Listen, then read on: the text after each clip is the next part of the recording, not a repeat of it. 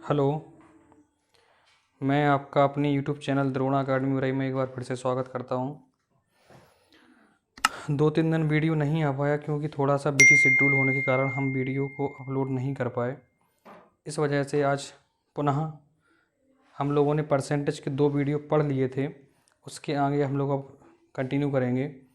तो last video में हमने आपको कुछ फार्मूले लिखवाए थे, तो वो फार्मूले जितने भी नोट नहीं कर पाए थे या आप उनको भूल गए हों तो एक बार फिर से मैंने सारे फार्मूले बोर्ड के ऊपर लिख दिए हैं।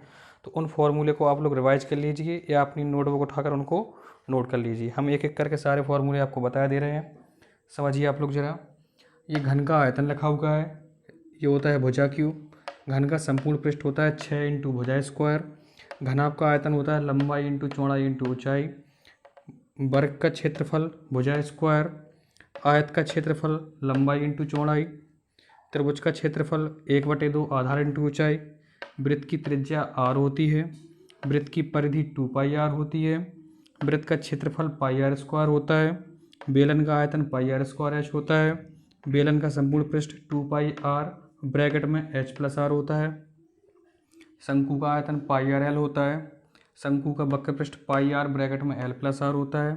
गोले का आयतन 4/3 πr³ होता है और अर्धगोले का आयतन 2/3 πr³ होता है। अब आपको ये लग रहा होगा कि सारे फॉर्मूले इतने तो होते नहीं हैं, और भी होते हैं, लेकिन हम लोग यहाँ पे मेंसुरेशन नहीं पढ़ रहे हैं, हम लोग परसेंटेज पढ़ रहे हैं, जिसके लिए हमें केवल इतने ही फॉर्मूले की आवश्यकता पड़ेगी। ठीक है, और ये इंपॉर्टेंट फार्मूलाज हैं और ये आपको मेंसुरेशन में बहुत ज़्यादा काम में आएंगे, इसलिए आप लोग इन फार्मूलाज को अभी से याद कर लें, क्योंकि जब मेंसुरेशन पढ़ाएंगे तो ये फार्मूला वहाँ पर भी आपको बहुत ज़्यादा हेल्प करेंगे। ठीक है, तो आप इन फार्मूले को लिख लीजिए या फिर इन फार्मूले का सबका एक स्क्रीनशॉट ले लीजिए, जिससे वो आपके पास एक नोट के रूप में सेव रहे। हम इन सब फार्मूले को अब हटा दे रहे हैं और इन पे बेस्ड क्वेश्चंस, कितने टाइप के क्वेश्चंस बनते हैं वो सारे क्वेश्चंस को करवाते हैं, जिससे आपके इसके ऊपर आने वाले सभी परीक्षाओं में जितने भी क्वेश्चन आएंगे उन सभी क्वेश्चंस को आप आसानी से सॉल्व कर पाओ। ठीक है, लेकिन अगर आपने ये फार्मूले याद नहीं किए तो इन पे आने वाले क्वेश्चंस आपको एक भी नहीं आएंगे फिर इसके बाद। तो आप इस चीज़ का ध्यान रखें कि ये फार्मूले आपको याद करने हैं। 2-3 बार आप अपनी बुक पर इसको नोट डाउन कीजिए, जिससे आपको ये फार्मूले सारे रट जाएं। ठीक है, चलिए हम शुरुआत करते हैं क्वेश्चंस की और आप इसका स्क्रीनशॉट ले सकते हैं।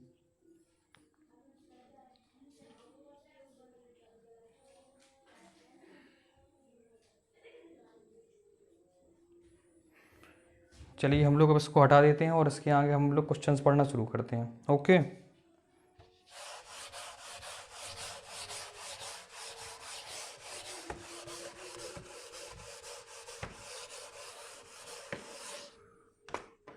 क्वेश्चन हम लोग लिखते हैं बोर्ड के ऊपर और फिर उसको समझते हैं क्या करना है, कैसे करना है। जैसे क्वेश्चन आपके लिए देगा,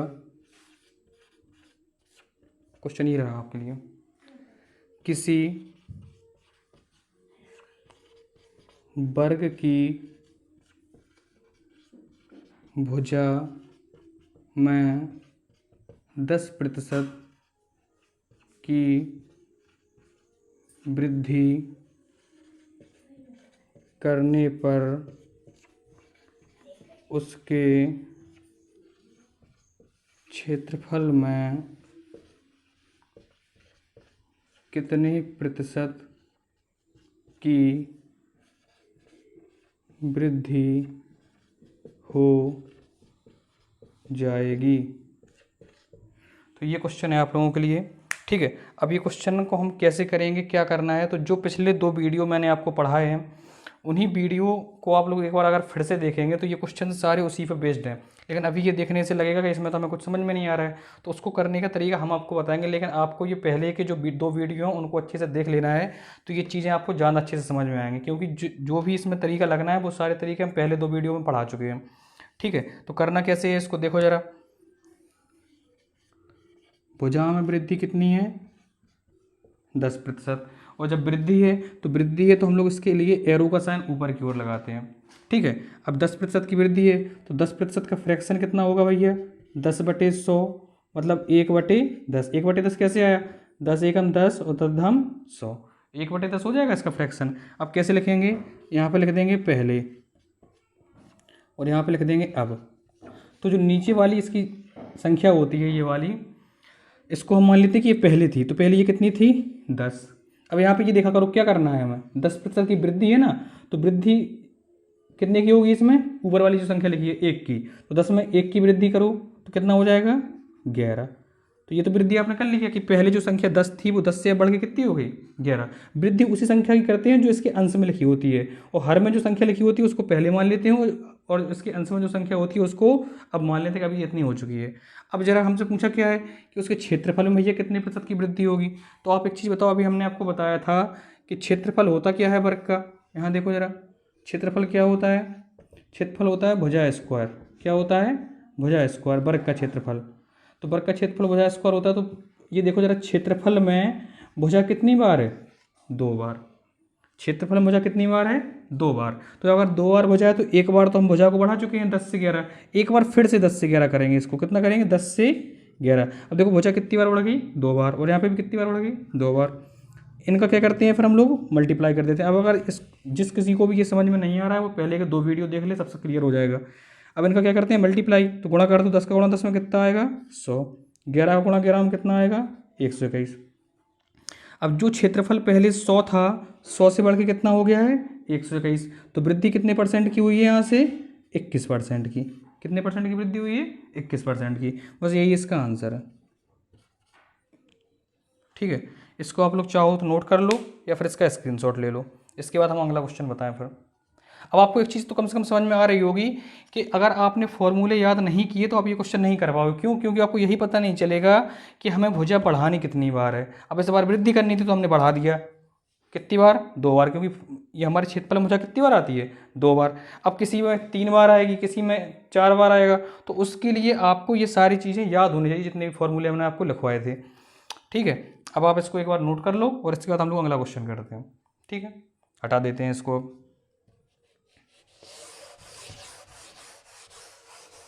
अब अगर इसी क्वेश्चन में ऐसे बोलता कि 10% जो यहाँ पे लिखा हुआ 10% की वृद्धि, इस वृद्धि की जगह कह देता कमी, क्या कह देता कि कमी हो जाए,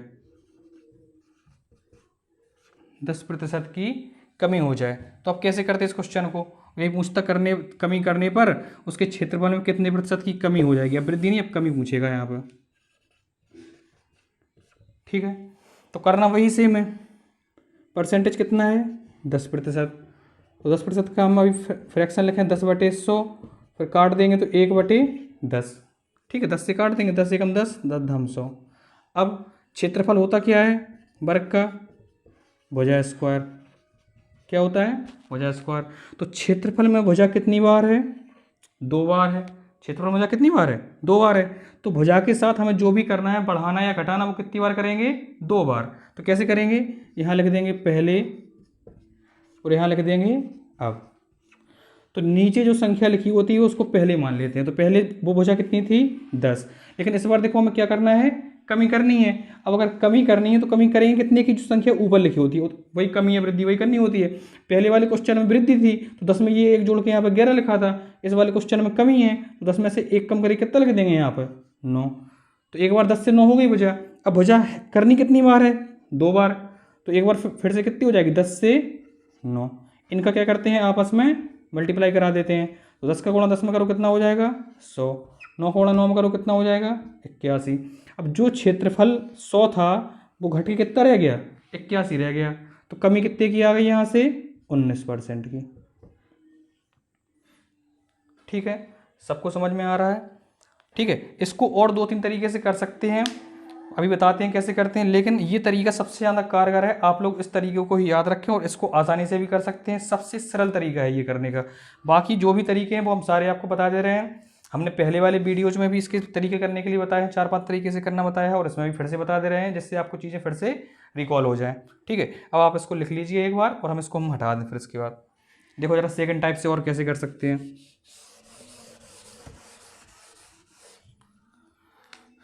हमने आपको क्या कहा था कि सबसे पहले अगर आप चाहो तो इसको कैसे मान सकते हैं, पहले हम क्षेत्रफल पूछा है हमसे, तो क्षेत्रफल को कितने % मान लेंगे 100% मान लेंगे, ठीक है। अब कमी कितने % की करनी है 10% की। तो जब हम 10% की कमी करेंगे तो 100 का जब 10% निकालेंगे यहाँ पर तो वो कितना आएगा 10। पहले दिन बताया था कि 100 का हम कितने भी प्रतिशत निकाल लें वही संख्या आती है। तो 100 का कितने % निकालना है 10%, तो 100 का 10% कितना आएगा 10। तो इसमें से 10 कम कर देंगे, तो 100 में से 10 कम करो कितना बचेगा, 90%। तो कमी कितनी बार हो गई, एक बार। अब देखो क्षेत्रफल में हमें कमी पूछी गई है, तो क्षेत्रफल में होती कितनी बार है कमी, 2 बार। तो अब एक बार फिर से कमी करनी पड़ेगी यहाँ पे हमें दूसरी बार। तो हमें कितने परसेंट की कमी करनी है, वही 10% की। एक बार यहाँ पे 10% करिए, अब एक बार यहाँ पे 10% की। तो यहाँ पे जो 10% निकालेंगे वो किसका 10% निकालेंगे हम लोग, 90 का 10%। तो 90 का 10% निकाल देंगे यहाँ पे, देखो कैसे निकालते, 90 का 10%। तो 90 का के जगह पे गुणा 10 और परसेंट के लिए नीचे 100, 2 जीरो से 2 जीरो कैंसिल, 9 एकम 9, कितना आया 9। तो इसमें से 90 का जब हमने 10% निकाला तो कितना आएगा 9। तो इसमें से 9 कम कर देंगे यहाँ पे, तो 90 में से 9 कम करो कितना बचेगा, 81%। तो जो क्षेत्रफल पहले 100 था वो घट के कितना रह गया, 81। तो कमी कितने परसेंट की आई, 19% की। तो यही 19% हमारा आंसर हो जाएगा। ठीक है, अब देखो थर्ड टाइप से कैसे कर सकते हैं, ये सेकंड टाइप हो गया। थर्ड टाइप से कैसे कर सकते हैं, देखिए जरा, कमी कितने परसेंट की है, 10% की। ठीक है, 10% की कमी है। अब देखो जरा, क्षेत्रफल में कमी पूछी है हमसे, तो इसका मतलब 10% की कमी 2 बार करनी है हमें, पहले 10% की फिर 10% की। तो हमने एक फॉर्मूला लिखवाया था आपको, x प्लस वाई, ठीक है, प्लस एक्स वाई अपॉन 100। ठीक है, अब इसमें से किसी को भी x मान लो और किसी को भी y मान लो, कोई फर्क नहीं पड़ता है। बस एक चीज़ याद रखना, जब हमने ये भी बताया था कि जब कमी करने के लिए बोलेगा तो इन दोनों संख्याओं को माइनस माइनस लेंगे, अगर वृद्धि करने के लिए बोलता तो दोनों संख्याओं को प्लस प्लस लेते। अगर एक में वृद्धि एक में कमी हो तो वृद्धि वाले को प्लस लेंगे और कमी वाले को माइनस लेंगे। तो इसमें दोनों में कमी कमी करनी है, तो कमी के लिए क्या लेंगे, माइनस माइनस। तो यहाँ पर रख देंगे माइनस का 10, y की जगह पे भी माइनस का 10 और प्लस की जगह प्लस लगाओ, और यहाँ रख देंगे x की जगह पे -10 गुणा y की जगह पे -10 और नीचे कितना 100। बस इसको अब सॉल्व कर देंगे, माइनस का 10 और 10 कितना हो जाएगा 20, और ये 0 से 0 कैंसिल, ये कितना हो जाएगा हमारा, एक का गुणा एक हम करेंगे तो प्लस का 1, क्योंकि माइनस माइनस का गुणा होकर +1 बन जाएगा। तो माइनस के 20 से प्लस का 1 माइनस करो कितना आएगा, माइनस का 19। और अगर यहाँ पर चिन्ह ऋणात्मक आता है तो समझ लेना कमी है, और अगर चिन्ह अगर यहाँ पर धनात्मक आता है तो समझ लेना वृद्धि है। तो चिन्ह कैसा आया, ऋणात्मक, तो इसका मतलब क्या हो गया, 19% की क्या है, कमी। ठीक है, तो ये तीसरा तरीका हो गया।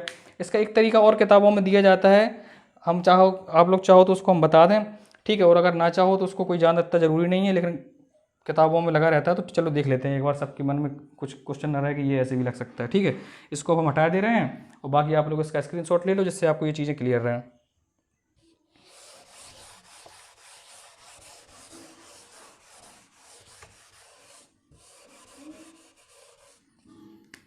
फोर्थ टाइप देख लीजिए, क्षेत्रफल पहले कितना था, 100 मानते हैं, ठीक है, इंटू का चिन्ह लगाओ। कमी कितने परसेंट की करनी है, 10% की। तो 100 में से, अब देखो क्षेत्रफल 100 था, 100 में से 10 की कमी कर दो कितना हो जाएगा, 90। और परसेंट जब यहाँ पर लगाएंगे और परसेंट का साइन हटाएंगे तो नीचे 100 आएगा, तो परसेंट का साइन हम हटा के ही लिखते हैं सीधा, नीचे कितना 100। अब हमें कमी करनी किस में है, क्षेत्रफल में। तो क्षेत्रफल में कमी करनी है तो क्षेत्रफल में बचा होती कितनी बार है, 2 बार। तो कमी कितनी बार करनी पड़ेगी, 2 बार। तो एक बार फिर से कितना हो जाएगा, 90/100। ये 100 से 100 कैंसिल, 2 जीरो से 2 जीरो कैंसिल, 9 9 81%। तो जो क्षेत्रफल हमारा शुरुआत में 100 था वो घट के कितना रह गया, 81%। तो कमी कितने परसेंट की आई, 19%। ठीक है, तो ऐसे भी कर सकते हैं। तो आप जो मर्जी चाहे जैसे कर लो, लेकिन मैंने आपको जो पार्ट मेथड बताया था सबसे शुरुआत में, आप पार्ट मेथड से लगाएं, वो पहले और अब वाला तरीका वो सबसे बेस्ट है इसको करने के लिए। कोई भी क्वेश्चन आएगा फ्रैक्शन पे आया या मिक्स फ्रैक्शन पे आया तो उसको आप आसानी से कर पाओगे, लेकिन अगर क्वेश्चन मिक्स फ्रैक्शन पे आता है तो फिर आप इनको लगाने में बहुत ज़्यादा परेशान हो जाओगे और क्वेश्चन आपसे गलत भी हो सकता है। लेकिन अगर आप उसको वही पार्ट मेथड से लगाते हैं तो क्वेश्चन कभी गलत होने की संभावना नहीं रहती, इसलिए मैं उसको प्रीफर करता हूँ कि सबसे अच्छा तरीका इन क्वेश्चन को करने का पार्ट मेथड ही है। ठीक है, हम इसको हटाते हैं, कुछ और क्वेश्चंस करते हैं।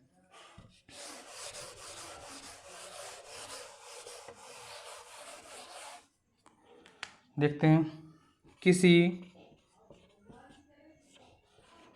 वृत्त की त्रिज्या में 20% की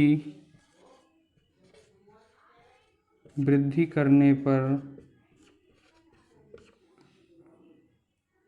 उसके क्षेत्रफल में कितने प्रतिशत की वृद्धि हो जाएगी। ठीक है, ये क्वेश्चन है हमारे लिए। अब देखो वृत्त की त्रिज्या क्या लिखवाई थी अभी हमने आपको, आर। तो आर में वृद्धि कितने परसेंट की करनी है, 20% की। ठीक है, अच्छा 20% का फ्रैक्शन लिख लो सबसे पहले, 20/100 काट देंगे, 20 एकम 20 और 20 पंचे 100, तो फ्रैक्शन कितना बन गया, 1/5। ठीक है, अब हमसे वृद्धि पूछी किस में है, वृत्त के क्षेत्रफल में। तो क्षेत्रफल होता क्या है वृत्त का, वृत्त का क्षेत्रफल क्या होता है, अब क्या लिखवाया था, πr²। ठीक है, अब सबसे इंपॉर्टेंट बात हमेशा याद रखना, इन फॉर्मूलाज में जितनी न्यूमेरिकल वैल्यू होती हैं, पाई आ जाए, 1/2 आ जाए, 3 आ जाए, 4 आ जाए, 2 आ जाए, 5 आ जाए, 6 आ जाए, कुछ भी आ जाए, इन फॉर्मूलाज में अगर ये कोई भी न्यूमेरिकल वैल्यू आती है तो इनका कोई महत्व नहीं होता है। क्यों नहीं होता है, क्योंकि देखो जब ये संख्या बढ़ाई या घटाई नहीं गई होगी तब भी वृत्त का क्षेत्रफल πr² रहा होगा, कि नहीं रहा होगा। अब अगर हम इसमें 20% की वृद्धि भी कर देंगे तो क्षेत्रफल, जैसे मान लो अभी शुरुआत में जब हमने बढ़ाया नहीं था क्षेत्रफल तब πr² था।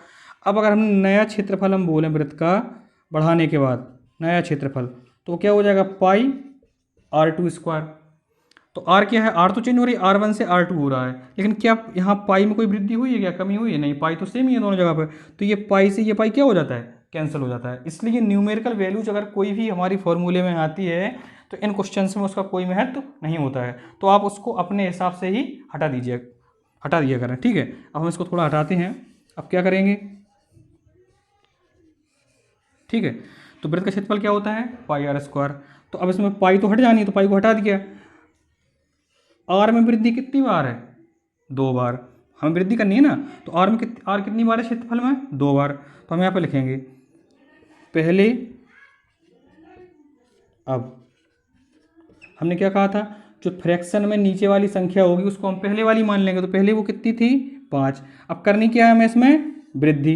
तो वृद्धि करेंगे किसकी, ऊपर वाली संख्या की। तो 5 में कितने की वृद्धि करेंगे, 1 की। तो अब संख्या कितनी हो जाएगी, 6। और ऐसा कितनी बार करना है, देखो क्षेत्रफल में कितनी बार है आर, 2 बार। तो ऐसा कितनी बार करेंगे, 2 बार। तो एक बार किससे, 5 से 6। अब इनका क्या करते हैं आपस में मल्टीप्लाई, तो 5 पंचे 25 और ये 6 छंग 36।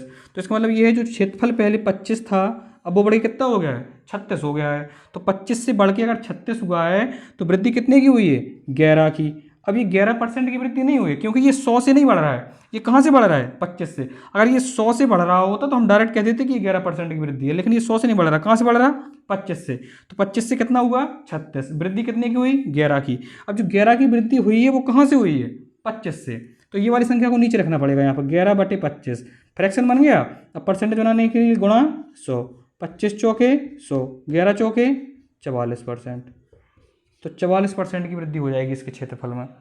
ठीक है, इसको नोट कर लीजिए। इसके बाद हम अगला क्वेश्चन करते हैं। फिर आप इसको जल्दी नोट करें, हम इसको हटा देते हैं। ठीक है, स्क्रीनशॉट लेके आप इसको नोट कर लेना।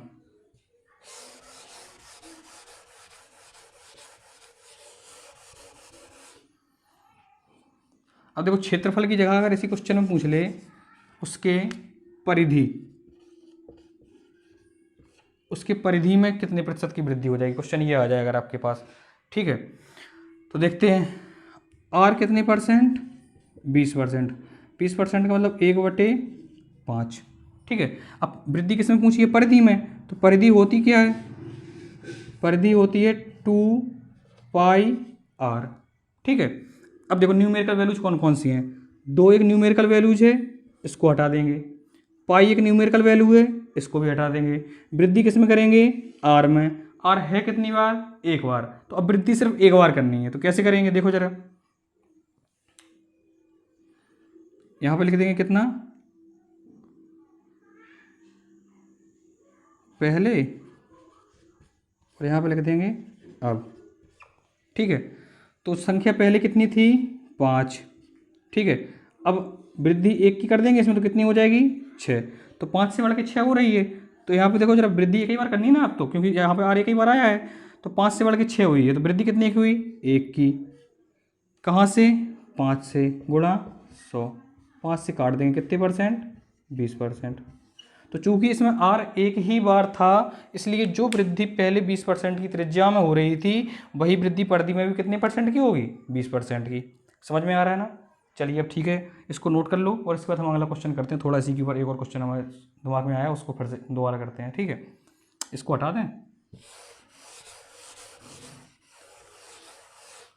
अब अगर ऐसा बोल दें कि किसी वृत्त की परिधि में, किसी वृत्त की परिधि में 20% की वृद्धि करने पर उसके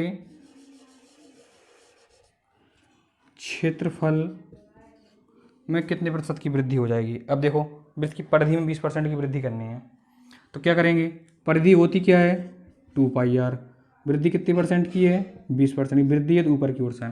अच्छा अब आप एक चीज़ सोचना, आप ऐसा बिल्कुल कभी ना करना गलती से भी कि आप ये 2 से ये 20 को 10 बार काट दो, ठीक है। अगर आपको ये लग रहा होगा कि इस 2 से हम इस 20 को 10 बार काट देंगे, ऐसा 2 एकम 2 और 2 से ये काट देंगे 10 बार, तो अगर आपको लग रहा है फिर ये पाई हम पाई से पाई हटा ही देंगे, क्योंकि आपने कहा था कि न्यूमेरिकल वैल्यू को हटाना है, तो आर में वृद्धि हमारी 10% की आ जाएगी, जो कि बिल्कुल गलत है। कभी भी इनके वैल्यूज से इस वाली वैल्यू को कभी हम लोग नहीं काटेंगे, क्योंकि ये वैल्यू अगर यहाँ पे 2πr1 इसको मान लेंगे और ये 2π नई जब वृद्धि करने के बाद ये दूसरी परिधि मानेंगे तो 2πr2 हो जाएगी। तो 2 से तो ये 2 पहले ही कैंसिल हो जाएगा, पाई से ये पाई कैंसिल हो जाएगा, अब r1 की जगह r2 हो रहा है, तो हम इसको क्यों काटेंगे, इसको नहीं काटेंगे। तो हम लोग क्या लिखेंगे, देखो जरा, परिधि होती है 2πr, ठीक है। परिधि में वृद्धि कितने परसेंट की करनी है 20% की, तो हमें पता है जो न्यूमेरिकल वैल्यूज होती हैं वो तो अपने आप हट जाती हैं, तो 2 खत्म हो जाएगा, पाई खत्म हो जाएगा, तो जो वृद्धि है वो केवल किस में करनी है आर में, तो आर में वृद्धि कितने परसेंट की 20% की वृद्धि कर देंगे आर में, ठीक है। अब वृद्धि पूछी किस में है क्षेत्रफल में, तो क्षेत्रफल होता क्या है वृत्त का πr²। अब क्षेत्रफल में भी पाई आ रहा है, तो इसको पाई को हम हटा देंगे, ठीक है। अब बस आर क्षेत्रफल में कितनी बार है 2 बार, तो बस वही कर देंगे पहले। अब 20% का यहाँ फ्रैक्शन लिख लो 1/5, अभी पहले हमने लिखा था पिछले वाले क्वेश्चन में, वही फिर से लिख दिया 1/5, तो नीचे वाली संख्या को पहले लिखते हैं, तो पहले कितनी थी 5, अब वृद्धि कितनी करनी है 1 की, तो कितनी हो जाएगी 6, अब वृद्धि करनी कितनी बार है 2 बार, तो एक बार फिर से 5 से 6, इनका आपस में गुणा करा देते हैं, तो 5 पंचे 25 और ये 6 छंग 36, तो 25 से बढ़ के क्षेत्रफल कितना हो गया 36, वृद्धि कितने की हुई है 11 की, कहाँ से 25 से, गुणा 100, 25 चौके 100 और 11 चौके 44, तो 44% इसका आंसर आ जाएगा, 44% की वृद्धि होगी, ठीक है। तो सबसे बड़ी बात आपको याद क्या रखनी है इसमें, ये परिधि में या क्षेत्रफल में या कहीं भी वक्र पृष्ठ में या आयतन में कहीं भी अगर ये न्यूमेरिकल वैल्यूज 2 3 4 पाई कुछ भी आता है, तो इनको अपने मन से हटा दिया करो आप लोग, ठीक है। फिर उसके बाद जो भी वृद्धि या कमी है वो लंबाई चौड़ाई त्रिज्या इन सब में चेक करते हैं कि कितनी बार की वृद्धि या कमी करनी है हमें, ठीक है। अब इसको हटा देते हैं, इसको आप नोट कर लो, उसके बाद हम लोग इसको दूसरा क्वेश्चन करते हैं।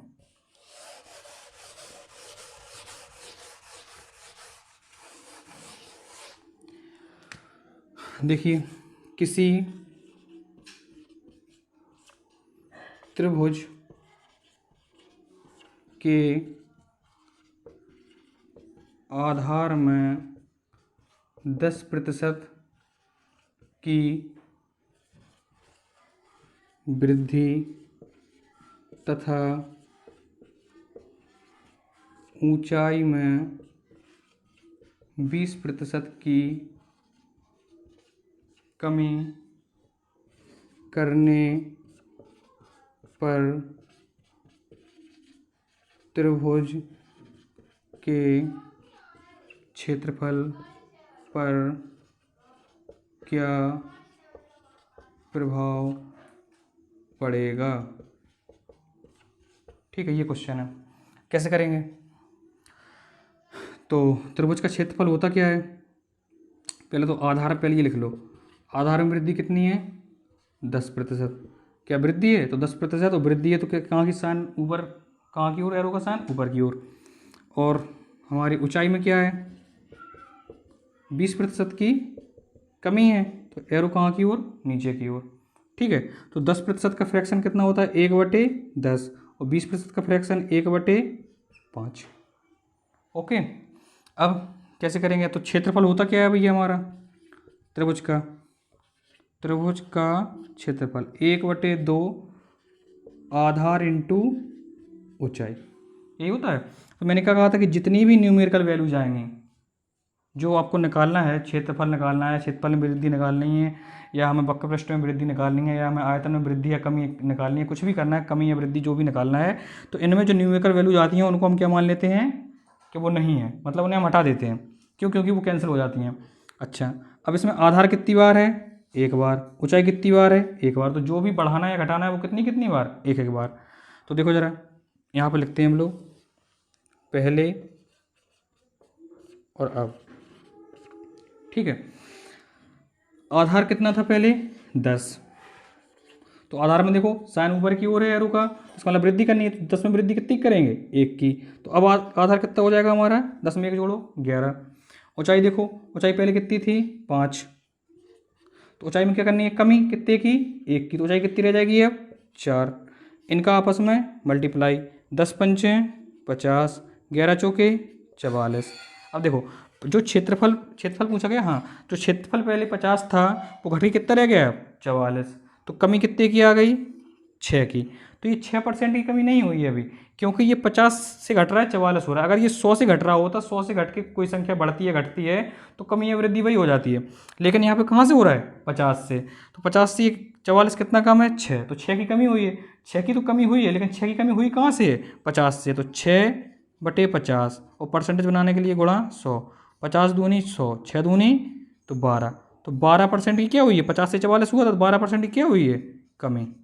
तो इसके क्षेत्रफल में 12% की कमी हो जाएगी। नोट कर लें इसको आप लोग।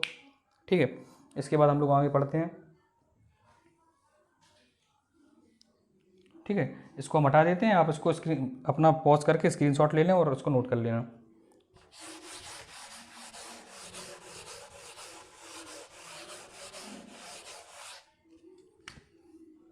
किसी बेलन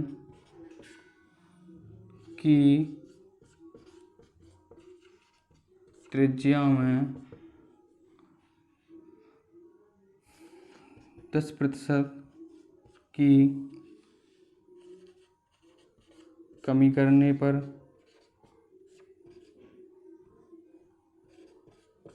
तथा ऊंचाई में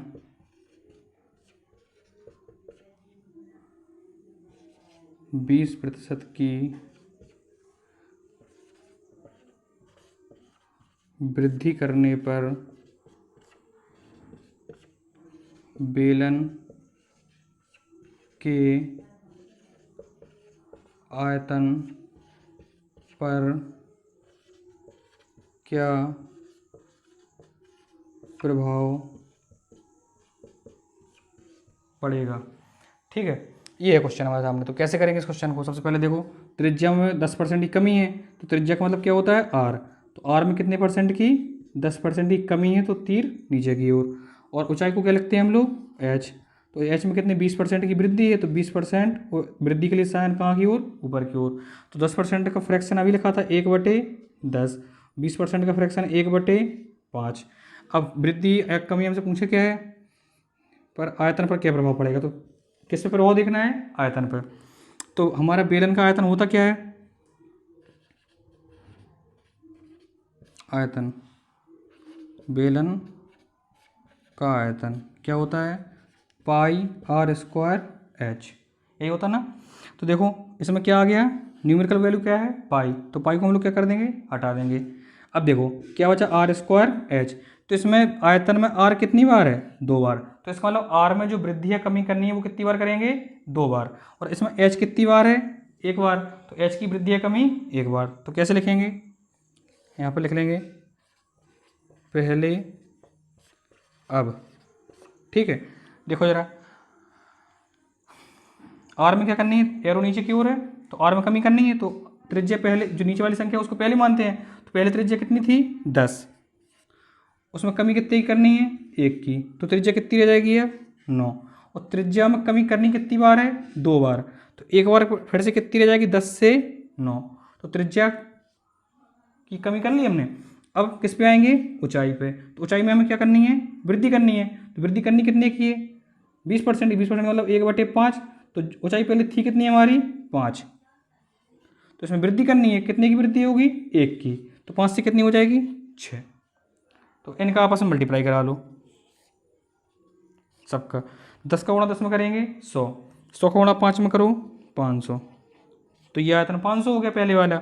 अब आयतन कितना हो गया 9 9 81, 81 का गुणा जब 6 में करेंगे तो 6 एकम 6 और 6 8 48, 486, तो पहले जो आयतन 500 था अब घटे कितना रह गया 486, कमी कितने की हुई 14 की, 14 की कमी हो गई, 500 से घट के 486 हो गया, 14 की कमी हुई है, तो 14 की जो कमी हुई है वो कहाँ से हुई है 500 से, तो 14/500 गुणा 100, 2 जीरो से 2 जीरो, 5 का भाग लगा दो 14 में, 5 दूनी 10, 4 बचा 40 हो जाएगा पॉइंट लगाने के बाद, तो पॉइंट लगा के 5 अट्ठे 40, तो 2.8% की क्या हुई है कमी हुई है।